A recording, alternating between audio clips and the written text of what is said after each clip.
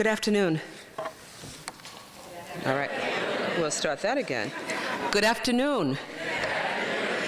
Thank you, David, so much for the kind introduction, and to the board members, all of the board members who are here. I thank you so much for taking time to be here, and I thank you for all of your support and guidance during the past 9 months.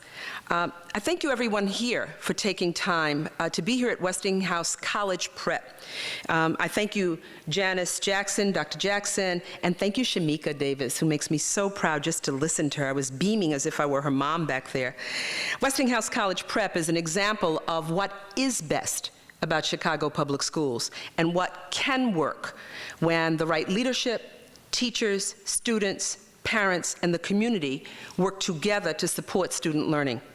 I'd like to thank all of our partners who are here and present today for their unwavering support to educate our children. I particularly acknowledge the Chicago Education Fund for their support in the development of our plan. I truly appreciate this opportunity to share my vision with you and my action plan for Chicago Public Schools.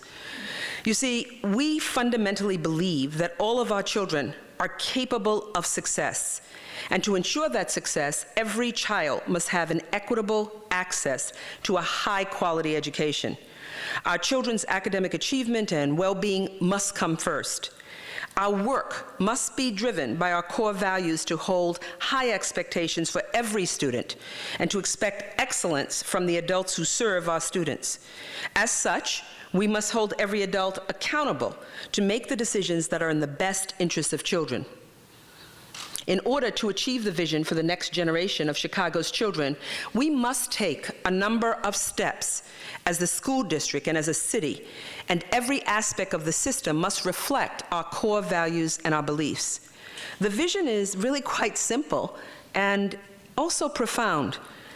Our vision is that we intend for every student in every neighborhood to be engaged in a rigorous, well-rounded instructional program, and we expect that each student will graduate prepared for college, prepared for a career, and so important, prepared for life.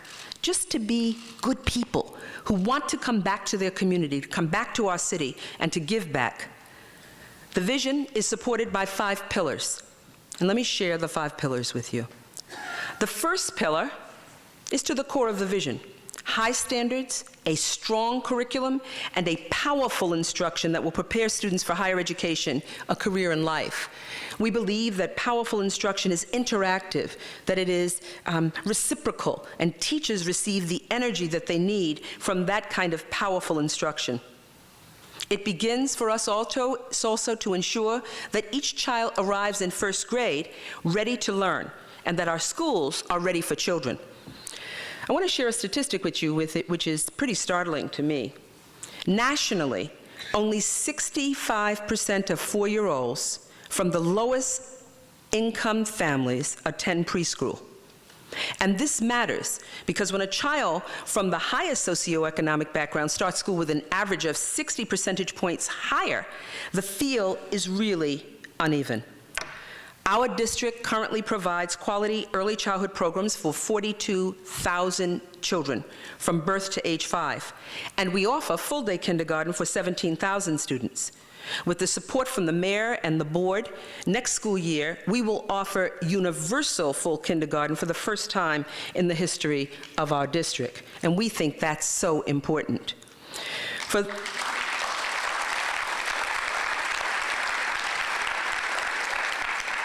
For those of you who've ever seen little 5-year-olds in action, they come in with their, their coats and scarves, everything. That's like a half an hour to get it all off and hung up in the cubbies.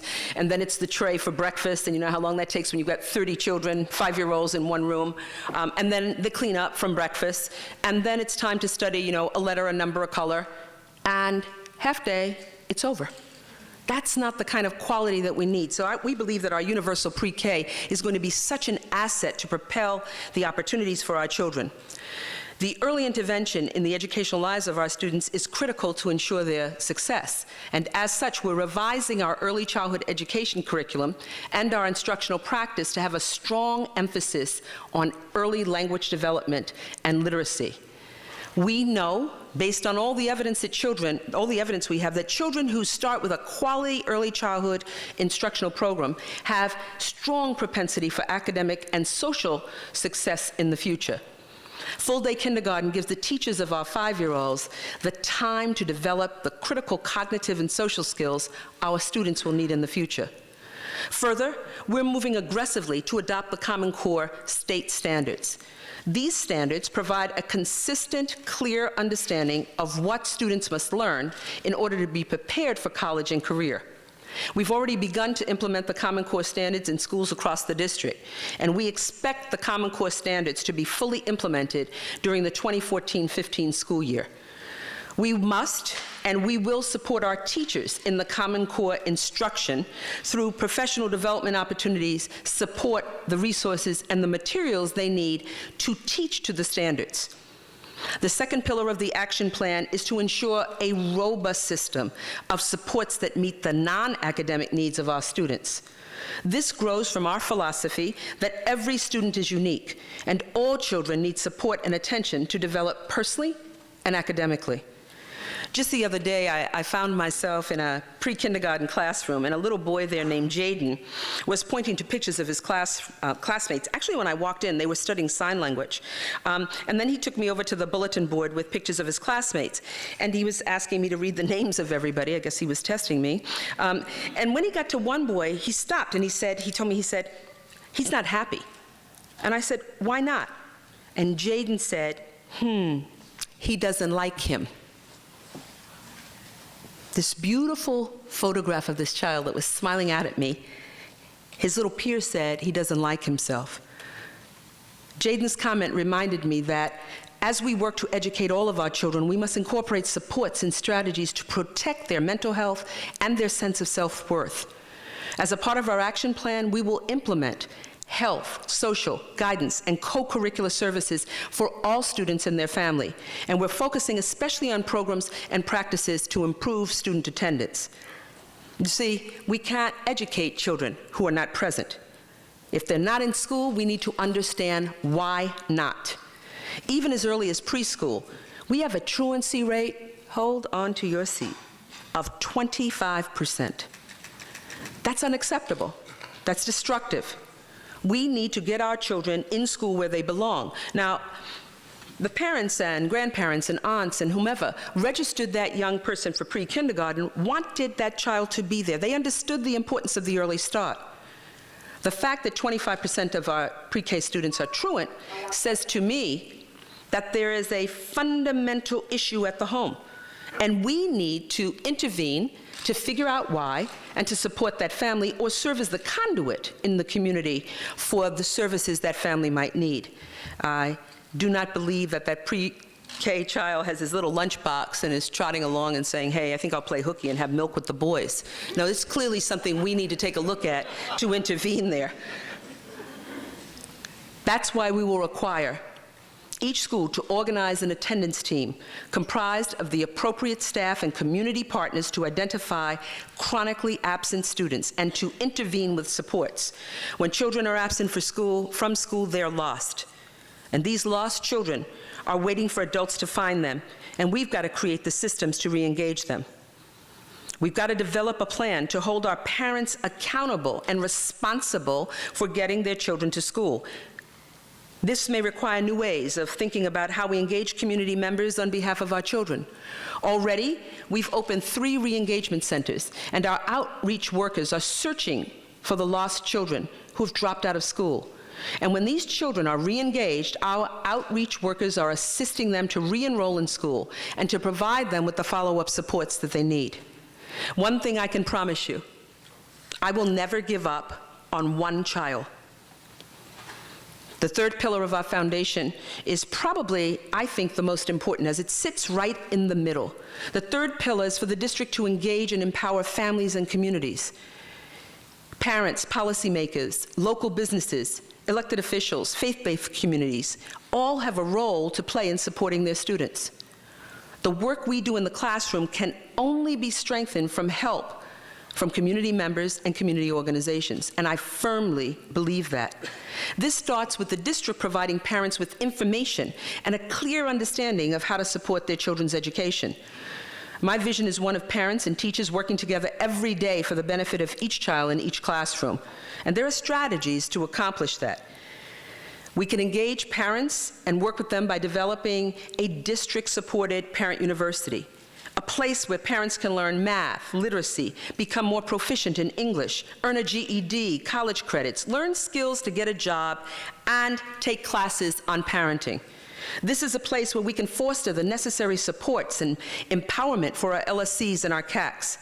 As a district, we can support principals to strengthen family and community engagement by encouraging parents to participate in school activities and to attend school for report card pickup. And most of all, we must create a welcoming school environment. We need to ensure that parents are offered meaningful ways to engage with schools and that all of the district's work is transparent. Public schools belong to the people in their communities, and only by working together can we ensure a collective vision of children who really have a joy for learning. More Shamikas. I wish I could just put her on a Xerox machine, old school, right? Duplicating machine, and make every single one of our children just like her. A joy for learning, a respect for themselves and their community. That's what we want. To accomplish this, we're improving our collaborations with institutions of higher learning, the philanthropic community, and the faith-based community, and community-based organizations. We're developing school-to-career opportunities to connect students with apprenticeships, internships, and mentorships that will lead to employment. I've asked the leaders of our transition team to meaningfully identify and engage our high school juniors and seniors in the work of school consolidations and welcoming schools. Everyone has a stake in the success for our next generation, so everyone must share in that responsibility. Parents need not only to be involved, they must be engaged and they must be empowered. I have to deviate just one moment. At one point I was preparing a speech for the Democratic National Convention, and my mother is, I love her so much, and she's still alive, and she's my best audience. So I get in front of her in our practice, and she just goes, yay! She claps at the right time, and she asks all the right questions, and at the end she said, wow, that was really good. She said, but I have one question. What's literacy? You keep talking about improving literacy and having people be literate. And I said, oh, well, that's reading and writing and thinking and speaking and listening. It's all the stuff that makes for rich. And my mother said, well, why don't you just say reading and writing and listening? That was a very powerful moment. That's what I mean about empowering our parents. We can't speak the jargon of our business and expect that they understand and want to be engaged. We can't speak the jargon and expect them to come in. They don't feel welcome. So we've got to be very much to embrace and recognize who we are and what we really mean by engagement and empowerment. Everyone has a stake in the success of our next generation, so everyone must share in the responsibility.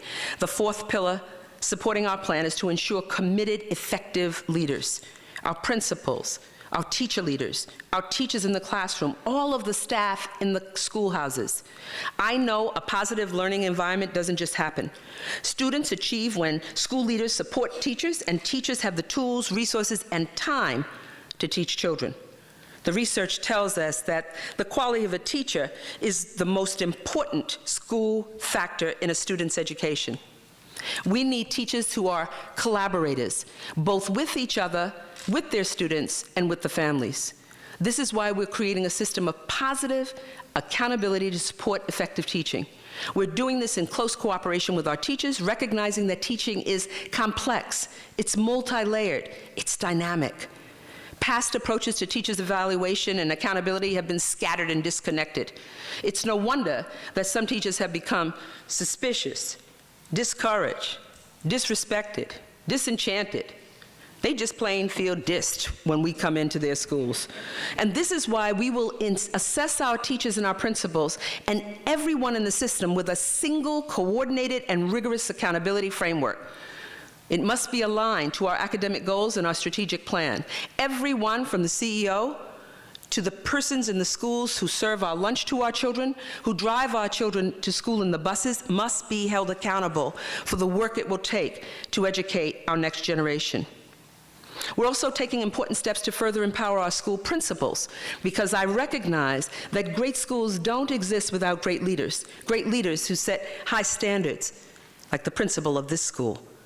We've launched a principal quality initiative to provide new mechanisms for principal eligibility, professional development, recruitment, accountability, and recognition.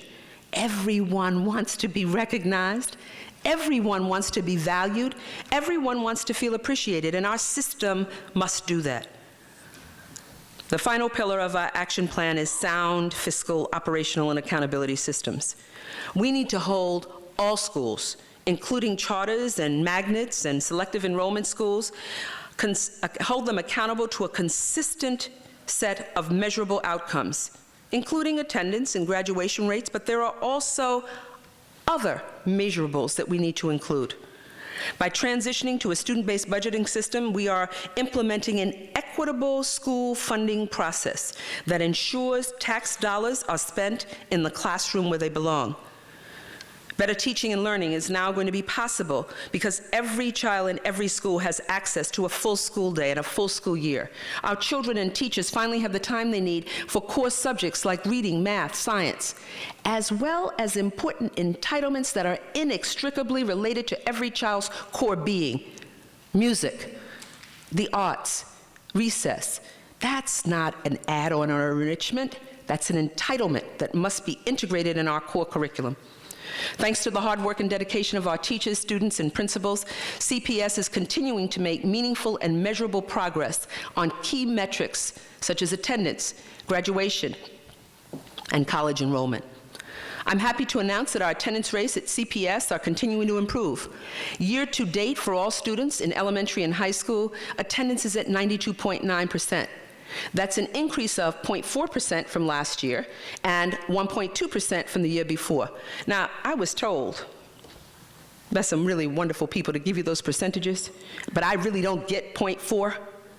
I don't know what that means when we talk percentages. But when we talk about the number of our students represented in that percentage, I get it. That percentage means that right now, over the last 2 years, we have over 4,000 more students coming to school every single day. That I can relate to. Those are our children that we are looking for, that we've embraced, and we are bringing back to our schools. The district has continued to make progress in graduation. Last year, we achieved a record graduation rate of 61.2, surpassing the previous year of 58.3 and the 55.8 that was reported in 2010. This year, we project that we are on track to reach a record graduation rate of 63. I think we can do better. I think we can do better. I think that with the commitment of our principals and our teachers and our parents, and most importantly, our students, we can surpass even our projection. This is steady progress and a source of pride for every principal and teacher, parent and student, but I don't believe that pride and satisfaction are equal. We cannot be satisfied. We cannot be satisfied because more than 1 out of 3 CPS students do not graduate. This is not the failure of the student. It's our collective failure. It's our failure as a city, as a district. And the truth is that in our new global economy, a high school diploma does not guarantee success. We need to make sure that CPS students are going to college or to a meaningful and productive career. CPS students' college enrollment has been increasing. This year, 6 out of 10 graduating seniors are enrolling in college. But again, I simply do not believe that children being accepted to college is enough. We must make sure that they can succeed when they arrive. We must ensure that our graduates are prepared for the challenges of higher education and equipped to take advantage of the opportunities that college offers. This is why we've expanded access to high-quality school programs like International Baccalaureate, or IB programs, and the Science, Technology, Education, and Math, or STEM programs. As you may know, STEM schools create learner-driven environments designed to point students towards success in college and careers. A recent report by the University of Chicago's Consortium in School Research found that when compared to similar students entering high school, those who had participated in the IB program, those students were 40% more likely to attend a four-year college and 50% more likely to attend a highly selective university. Don't you want that for your child? Don't you want that for all of the children in Chicago? The answer is yes. And since 2011, we have added more than 18,000 high-quality opportunities for students in Chicago. This year, 5 new early college STEM schools opened along with new selective enrollment programs at South Shore International College Prep High School. Next fall, we will double the number of students who have access to a rigorous IB program, and we have 5 new programs and 6 new wall-to-wall IB programs.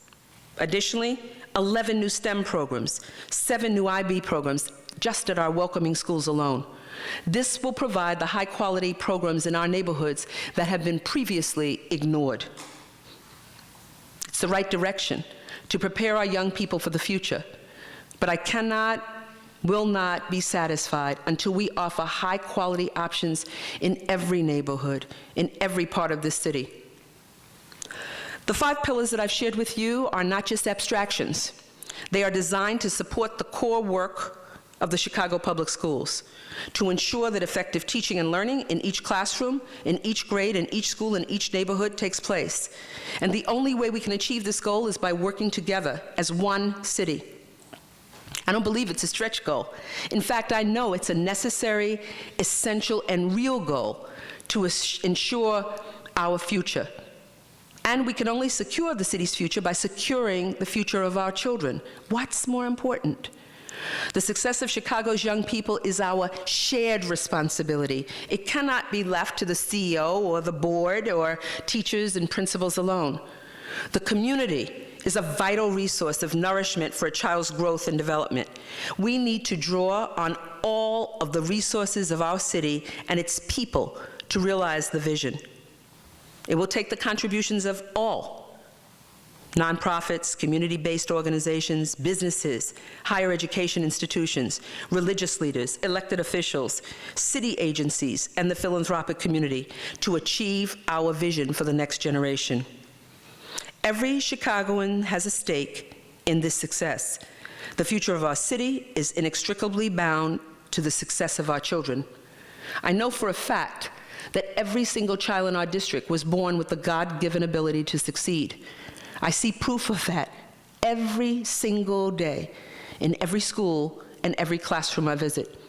I see it in our youngest learners in pre-kindergarten programs as they develop the fundamentals of literacy. I see it in our high school students, where every day students are mastering advanced concepts that will prepare them for success in college. And I envision it for our lost children as we get them to return. I see with my own eyes, I know with my own heart, that the children of Chicago are imbued with unlimited potential. But I also know they will only reach this potential if they have a team of adults supporting their success in their classrooms and in their communities. I know the adults want to do the right thing. I see many of the adults who want to do that right here in this room. The passion and the enthusiasm that Chicago's adults have for their children and our education has been evidenced to me through the local school councils meetings and through the work of our community action councils and so many others. And while I'm aware that not every member of the community will always agree with all of the decisions I make, that is no excuse for disruption. That is no excuse to sit on the sidelines. When it comes to providing a powerful education for our children, community engagement matters. As you know, it's graduation season in Chicago and across this country, really. Graduation is a time of enormous pride for thousands of students and families. Young people have worked hard, and it's their moment to shine. Graduation is their day. Friends and families come to celebrate. Teachers and principals beam with pride. And I must tell you, whether I taught 3rd grade, 6th grade, 8th grade, when that child graduated, it was as if I had been their senior teacher. I watched them with the same pride, because when a child graduates, we all smile, because we all know that we've done something good together. We've done something meaningful that makes us stronger and better. So as I think of graduation, I envision the graduates walking across the stage to receive their diploma, and there's a question I ask myself over and over. Barbara, is Chicago ready to graduate? Can we graduate from the school system of yesterday to the school system of tomorrow? Can we move beyond the battles of the past and come together to meet the challenges of the future? Can we unite around common cause and beliefs and form a covenant on behalf of our children? You see, I believe we can. I believe in our children. I'm one of them. I believe in our teachers. I've walked in their shoes. I believe in our principals. I've led tough schools. I believe we can do this. Our children need every adult to support them. That's why, beginning next school year, every adult employed by our district will be responsible for mentoring one child, 1 hour every week.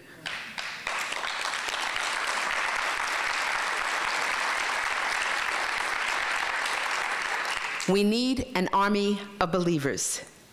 The covenant we keep will determine the next generation. In our classrooms right now, there's a Nobel Prize winner, a world-renowned author, an Olympic gold medalist, the next Miles Davis, the next Barack Obama. And equally important in our classrooms right now are our future teachers, our future doctors, our future businessmen, our future attorneys. They're right there. We need to incorporate all of the assets of this incredible city into our children's education. Only together can we ensure that every child from every community realizes his or her potential and that they have the tools they need to be successful. If you share this vision, if you have this commitment, if you really, really believe in the core values, I hope you will join us. You see, we need an army of believers behind us. Your investment is in the next generation. It's in the Chicago's children. And I have to tell you, our children are the best investment you can ever make. I thank you very much for listening.